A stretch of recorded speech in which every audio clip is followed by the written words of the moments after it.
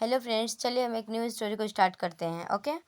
सभी बेटे बुरे नहीं होते। एक बार एक बेटे ने अपनी माँ से कहा कि माँ, मैं कुछ दिनों के लिए विदेश जा रहा हूँ। यहाँ कोई तुम्हें देखने वाला नहीं है, इसलिए तुम वृद्धाश्रम चली जाओ।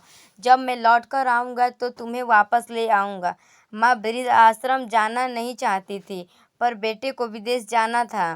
तो ये सोच कर कुछ दिनों की बात है, तो उस माँ ने अपने बेटे की बात मान ली। बेटे ने माँ को वृद्धाश्रम में छोड़ा और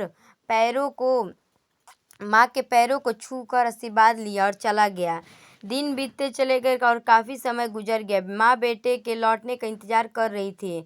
बेटे की कुछ दिनों तक चिट्ठियाँ और फ़ोन आते रहे। बाद में कभी कभार पत्र आते थे। माँ बेटे का इंतजार करते करते बीमार रहने लगी। तब एक दिन वृद्ध आश्रम में माँ की एक शुभचिंतक ने उस वृद्ध आश्रम के मालिक से कहा कि इनके बेटे को बुला दो साहब, उसकी आंखें थक गई है अपने बेटे के इंतजार में। वृद्धाश्रम का मालिक बोला, कहाँ से बुला दूँ इसके बेटे को?